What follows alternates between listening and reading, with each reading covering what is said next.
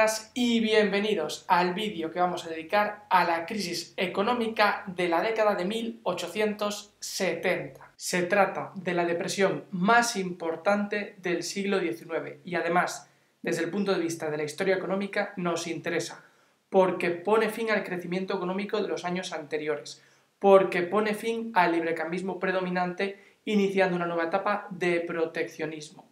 Y en tercer lugar, porque abre una nueva etapa dentro del desarrollo del capitalismo, que estudiaremos en un vídeo posterior. Pero antes de empezar a explicar los acontecimientos de la década de 1870, hemos de hacer hincapié en que el capitalismo, por la complejidad de las fluctuaciones monetarias, del sistema productivo, de la actividad comercial, del sistema financiero o de la actividad bursátil, está sometido a una serie de crisis cíclicas. De hecho, distinguimos tres tipos de ciclos.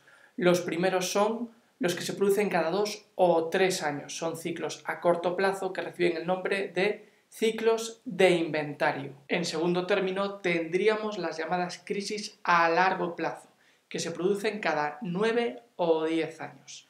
Se caracterizan por tener su origen en el sistema financiero y por ser seguida esta crisis financiera de una depresión.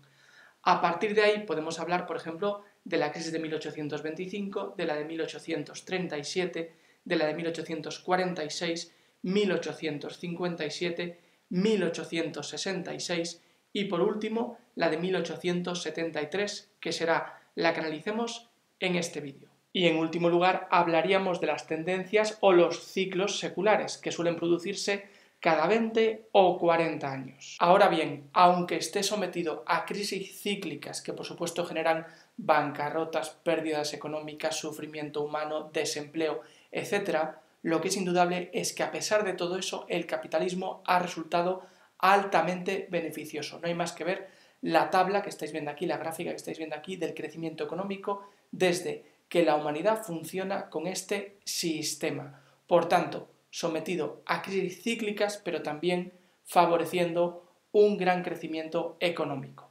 La primera Gran Depresión. Con el fin de comprender mejor la crisis económica de la década de 1870, vamos a dividirla en fases. La venta en el mercado supera con mucho a la demanda, es decir, la cantidad de personas que están dispuestas a comprar esos productos. Segundo paso, ese desfase entre la oferta y la demanda produce una crisis de stock, es decir, las empresas acumulan grandes cantidades de productos en sus almacenes, productos que en definitiva no venden. Paso número 3. Con el fin de colocar esos productos que tienen en stock, las empresas bajan los precios. Se produce, por tanto, un descenso generalizado de estos y una guerra de precios entre empresas. Paso número 4.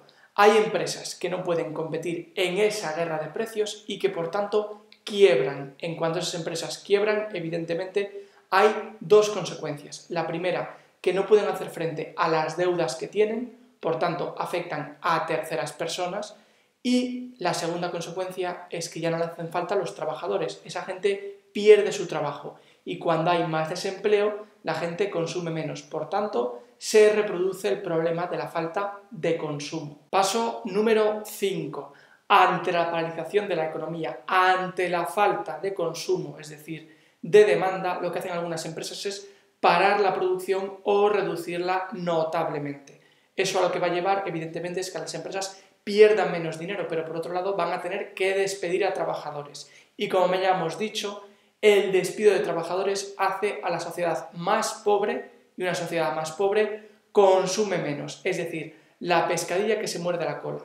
Menos consumo, menos compras, menos producción, desempleo, menos consumo y así podríamos seguir hasta cerrar el círculo de esta crisis varias veces. Sexto y último momento. En el año 1873, como consecuencia de todo este proceso que se está generando, se produce el pánico en los mercados bursátiles, es decir, la bolsa sufre la mayor caída de la segunda mitad del siglo XIX. La economía mundial no salió de este proceso que acabamos de describir, de desfase entre oferta y demanda, descenso de precios, guerra de precios, falta de consumo, desempleo y pánico bursátil, La economía mundial, no salió de este proceso hasta mediados de la década de 1890.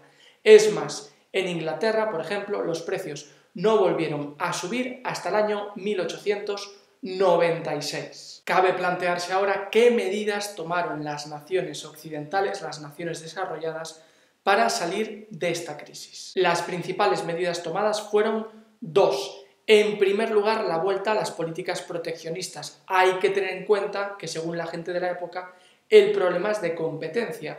Por tanto, para ellos, la manera de solucionar ese problema es evitar que el producto extranjero venga a nuestro territorio y haga competencia al producto nacional. Se vuelve importante establecer altos aranceles, prohibiciones de importación, etc. La segunda medida adoptada tiene que ver con el imperialismo, que es un fenómeno que estudiaremos más adelante, pero me voy a permitir aquí adelantar por lo menos el aspecto o una parte del aspecto económico de este fenómeno. Las potencias desarrolladas lo que van a hacer es intensificar su expansión territorial a otros continentes con el fin de convertirlos en mercados.